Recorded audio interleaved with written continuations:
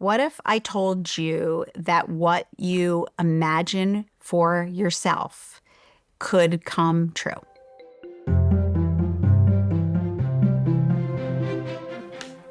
My early life was colored by, I call it the three Ps: pleasing, performance, and perfection. And like many females, that was my only sense of okayness. That was my validation. So everything I did, I looked extrinsically. And it became a very challenging journey for me. I used to always think to myself, why is everyone around me so happy? Like, why are they acting like nothing is wrong when I'm feeling this like drumbeat of mortality every moment of every day? And I couldn't talk about it. I didn't want people to know the darkness that existed within. So it was a very lonely existence for me. I live in my imagination and my head, and I'm very weird and quirky. And I never wanted to be weird and quirky. In fact, I despised who I was. The amazing thing is I would have never told you I was creative. I was so focused on being pre-professional and doing what society wanted. And I had determined, of all things, that I wanted to be a lawyer. I had a panic attack in the middle of the LSAT because my body knew that this was not the career for me. Like, I was creative, but I never wanted to admit it.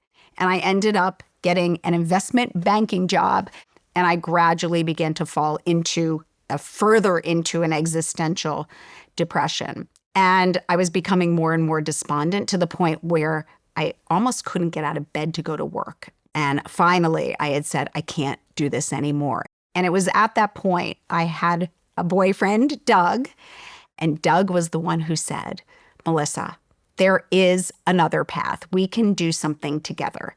I said, no, we can't. I've got to be on this track. I've got to go do my 2 years as an analyst. I've got to go to business school. I've got to come back as an associate. Like, that's my fate.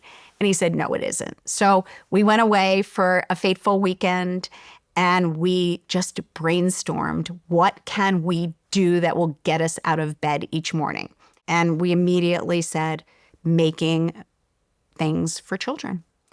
And that experience was the most profound of my life. And I just started channeling as quickly and voraciously as I could, channeling all that unsettledness into light, bright toys, which was, I think, the biggest irony of my life, that like someone who had such unsettledness and existential nihilism in her could actually end up making toys that could touch children, no less.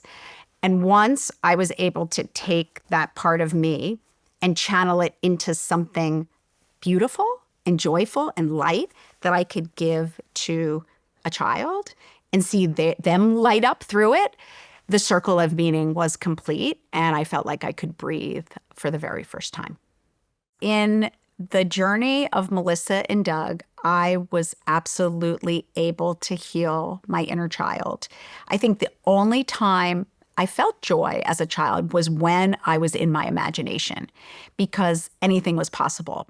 Those toys truly saved me. And I always say that they breathe. Like, there is a little bit of my heart and soul in every single product I make. I knew I had stumbled onto meaning when we got our first letter. The letter from the mom who said, my child is autistic, and spoke their first word holding one of your toys. There's a saying in the Talmud, which is the Jewish laws, when you save one life, you save the world. And that's become one of my mantras. I really want to help one person at a time feel seen, because for so many years, I didn't feel seen. So I think, to be honest with you, there are a lot of those people. I would just want to have someone have said to me, like, it's going to be okay. Because sometimes all you need is that little voice to say, like, you're going to get there. You're on a path. I currently mentor a lot of Duke students from all over who are really struggling. They know they're on a path that doesn't make their heart sing, and they've been on this treadmill their whole lives, sort of how I was. And the irony is it's just gotten worse. At the end of the day, it's this fear of failing. So they'd rather not try at all than risk failing. So I say to people, if you had the luxury of time and failure was not an option, what would you want for yourself? And then they tell me, and I say, that is absolutely possible.